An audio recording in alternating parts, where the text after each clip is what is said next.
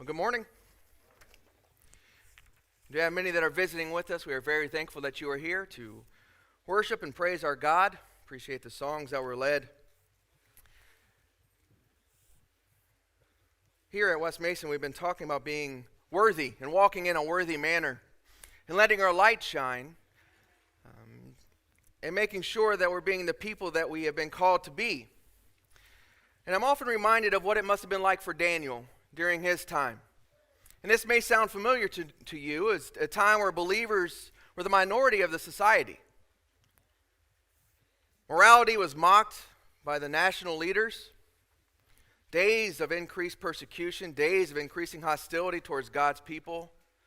There are days where good is called evil and evil is called good. You could say that about now if you want. The amazing thing is you could say that about a lot of time in human life. Matter of fact, you could pretty much say that all the time when it comes to the world being in darkness and God's people needing to shine. And Daniel and his friends, we'll get into in just a minute, are tremendous examples of what it means to shine bright. Even as young people, I want you to imagine what this had to have been like for him. We are not told what happened to his family, though there's a pretty good indication to think that his dad would have been killed. He was taken, obviously, from his family. He was taken to Babylon. And in Babylon, he had a choice that he was going to make of whether or not he was going to stay resolved to God, surrounded by people that believed that they just destroyed Jehovah. We beat Jehovah. Or was he going to turn and embrace their faith? We understand, and obviously, if you know of Daniel, you know the answer to that question. But in Daniel, the first chapter, Daniel does something that is so important. In verse 8, he says, "But Daniel made up his mind that he would not defile himself with the king's choice food, with the wine which he drank. So he sought permission from the commander of the officials that he might not defile himself." I love that. He had made up his mind. He resolved himself. He could have looked around and saw everything else that was going on and decided, I'm just going to go with the flow. I'm going to do what everyone else is doing. But he had made up his mind. He had resolved that he was willing to even say to those in charge, I want to do something a little different. Later on, it's going to be called a test. Just test us to see what's going to happen. It's easy in the situation that they were in. They're going to change their names, which we'll talk about in just a second. They're going to teach them this new culture to be a part of. And they were even going to change their food. And if you read the food, it sounds pretty good from our perspective. I mean, Daniel goes back to eating like vegetables. It's odd. But you think about it from that perspective. The things that he was trying to get them to do, it's not in and of itself when we read them bad. It goes against, obviously, the Old Testament, so I'm not suggesting that they should have done it. But when you smell it, oh, amazing. The culture in Babylon had to have been fun from a world's perspective. They had just been taken out and absolutely destroyed where Daniel was. And they were in this new place. Why would you not just act like everybody else? And guess what? Daniel had some friends, the people that he went through with, that are not mentioned here, that did exactly what they were told to do in Babylon. There's a reason why we're told about 4 of them.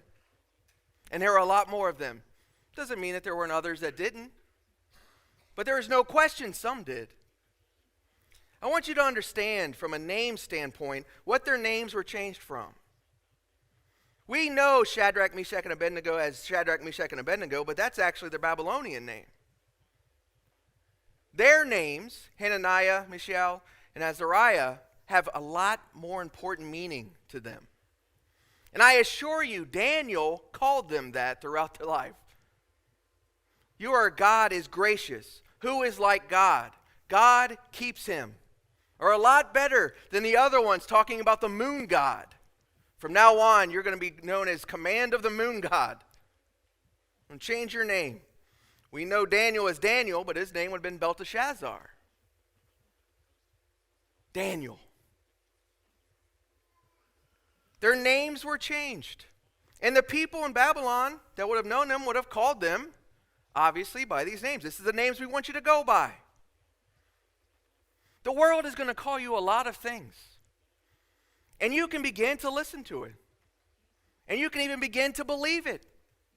Or you can remember who you truly are, and that is a child of the King. I am a Christian.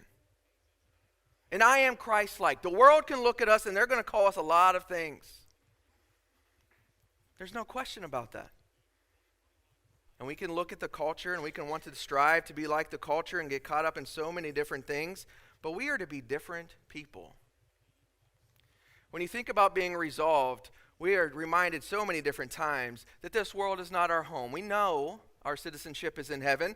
Obviously, we have to live here. Obviously, there's a care and concern for the things that go on here. Obviously. But it's also understanding as God's people that our citizenship is in heaven. That how we are defined is by being a child of God. And being a child of God in our time in the United States. And shining bright here. We are blessed in many ways in this country. But the reality is we are to be peculiar people. We are to be different. Over in 1 Peter, when the world is acting like Babylon, and it's going to, we need to remember what we are called to be. 1 Peter, the 2nd chapter, written to people that were being persecuted as well. He says, "Beloved, I urge you as foreigners and strangers to abstain from fleshly lusts, which wage war against the soul. Keep your behavior excellent among the Gentiles, so that in the thing in which they slander you as evildoers, they may become of your good deeds as they observe, that they may, because of your good deeds, as they observe them, glorify God in the day of visitation." They're going to slander you. They're going to look at you and say, you're not tolerant. You need to accept everything. Why are you not loving? And we have a choice to make. We can keep our behavior excellent among God, or with God, and striving to serve him. He goes on here and says, you need to make sure that you submit yourself to the Lord's sake to every human institution. We understand the responsibility. But we also need to understand what our behavior is to be. We don't speak the language of this culture. That's hard. We talk about, and people will talk about the word peculiar. We're to be peculiar people. You know what the problem is? We don't want to be peculiar people. It's a lot easier to be like the world. It's a lot easier to get caught up in everything else that is going on. But as God's children, that's what we are called to be. And I love Daniel. I love how he resolved to do that. In Romans the 12th chapter, when we obey the gospel as God's children, our job is not simply to fit in. He tells us in verse 2, "And do not be conformed to this world, but be transformed by the renewing of your mind, so that you may prove what the will of God is, which is good and acceptable and perfect." Do not be conformed to this world. What does that mean? We're to be different. It's not just simply going with the flow of things all the time. There are times to stand. There are times that we have been called to be resolved at all times as God's children. And when you think about it from that standpoint, going back to Daniel, the 1st chapter in verse 9, that it's going to be God who is in control. God granted what was going to happen with Daniel to happen. This is what he wanted to do. This is exactly what's going to happen. So God was involved the whole time. Sometimes when we are going through things, and you can imagine Daniel, if God is in control, why am I in Babylon? Why am I here? Why are these things happening? We need to be reminded sometimes that God is working all the time. God is in control all the time. Does that mean I understand everything that's going on? No, obviously not. But I trust the one who does. And our willingness to trust him makes living in this world a lot easier. In Philippians, the 2nd chapter, in verse 13, we're going to come back here in just a few minutes. I'll start in verse 12. So then, my beloved, just as you have always obeyed, not in my presence only, but now much more in the absence, work out your own salvation with fear and trembling. For it is God who is at work in you, both to desire and to work for his good pleasure. It's God working. He's working in our lives. The danger sometimes is we get in the way. We get in the way of things. It's not going to stop God's work. But certainly it's a lot easier. We get a choice to make of whether or not we're going to be like Daniel or we're going to be like the people that just went along with what everybody else did. You have a choice. Am I going to bow down to the idol? Or am I going to continue praying to God? We have a choice to make. And it starts with our resolve, whether or not we truly are going to be transformed to God's people. God is going to prepare the way.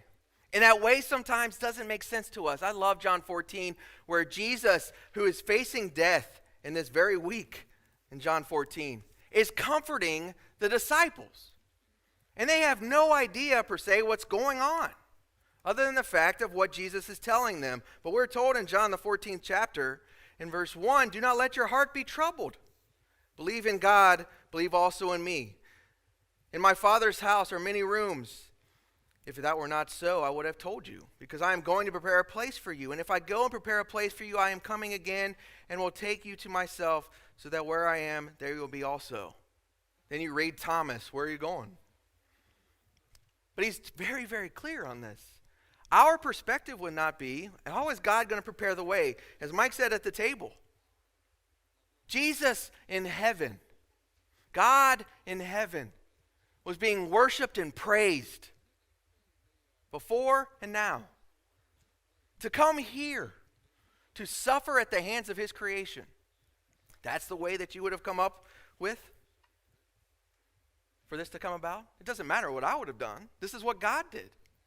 And if he's going to take his own son and kill him for me to give me the opportunity, he's going to continue to be with me. He's going to protect us.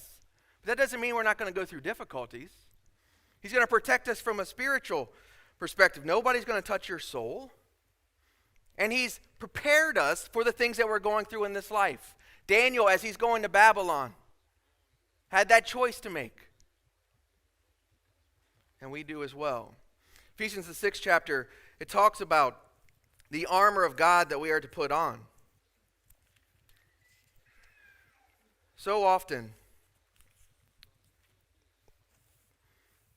it takes something in our lives, it takes something in our world to make us realize that God's people are at war. God's people are at war. It is not peacetime. Our souls are at stake. And we need to make sure, as he talks about here in verses 10 and following, that we have our armor on.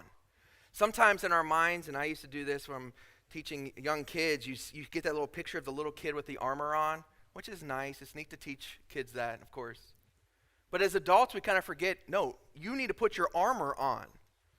You need to have the armor on. Why? So you look like a nice little picture of a kid? No, because you're at battle. You're at war.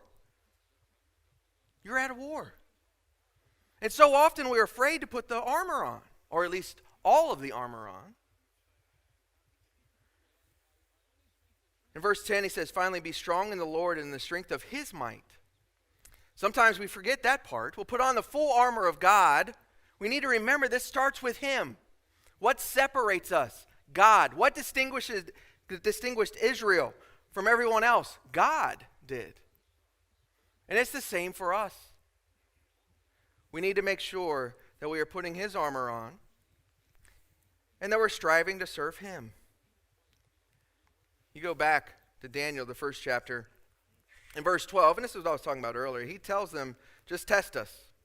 Just test us to see if we're like everyone else. Give us 10 days to see if we look like everyone else or if things are different. You know the answer to that. Things change. And they look a lot better than those that were doing the other diet. In verse 12, he says, please put on your servant to the test for 10 days, and let us be given some vegetables to eat and water to drink. Okay.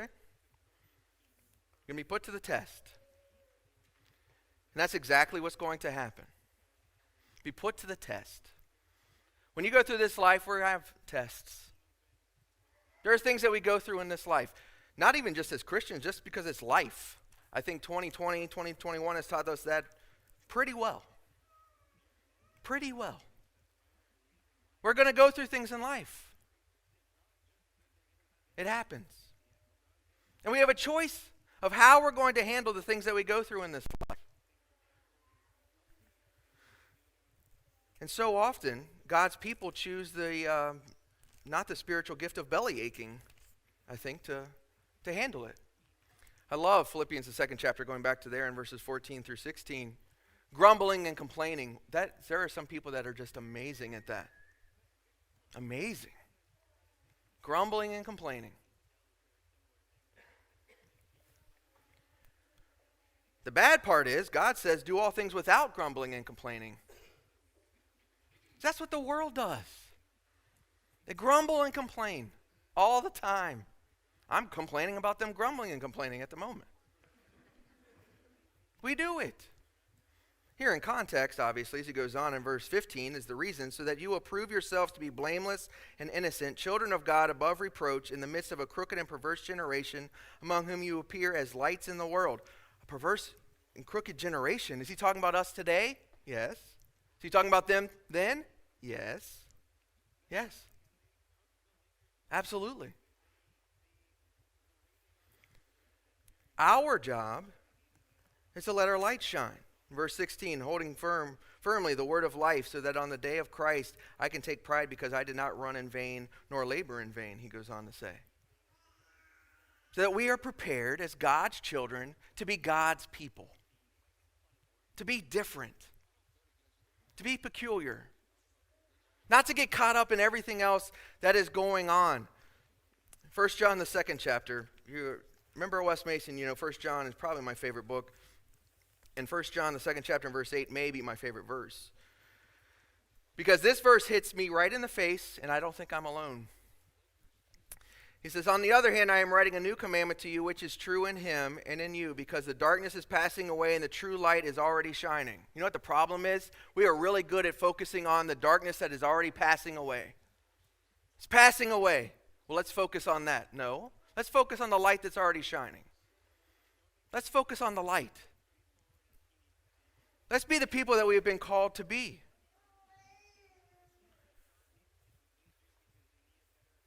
What about you? Do we get caught up so much in the things of this world, and this is the reason why we're talking about it this year, about walking in a worthy manner? Letting people see God in us, not to see us, but to give him glory, and to give them the opportunity to see Jesus Christ. Or are we simply just like the world, getting caught up in the things that go on, not acting as we should, not letting our light shine even in difficult situations?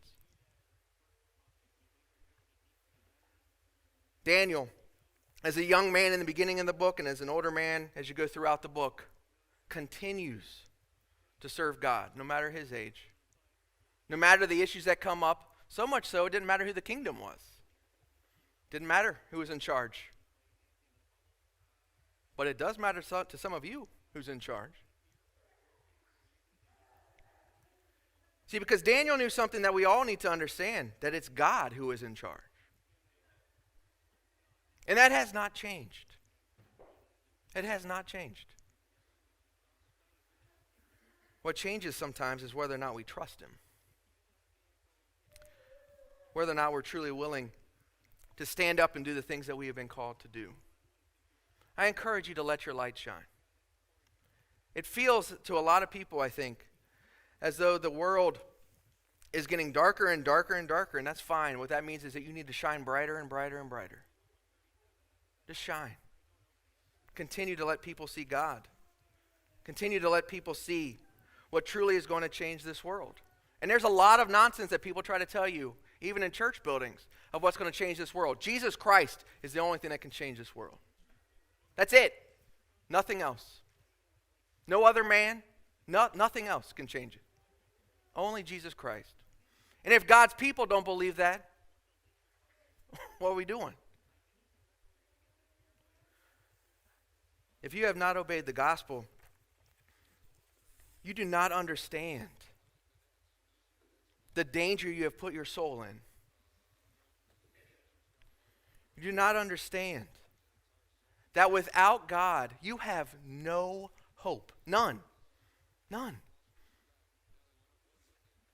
You can put on all the armor that you want. There is no way that you can save yourself. But by His grace, His mercy, and His love, He has given us the opportunity to be His children. It's your choice. We have the opportunity to obey Him. And if you haven't done so, now's the time. If you have questions, ask. Let us help you. If you're a child of God and perhaps you're not living the life that you should, maybe you are focusing on the passing darkness. You have the opportunity now, again, because of His grace and mercy, to get your life right with Him. As always, pray for one another. Continue to pray for one another. It's one of the great weapons that we have been given. Pray. Pray for one another. If there's anything that we can do for you right now, though, I ask you to please come as we stand and sing.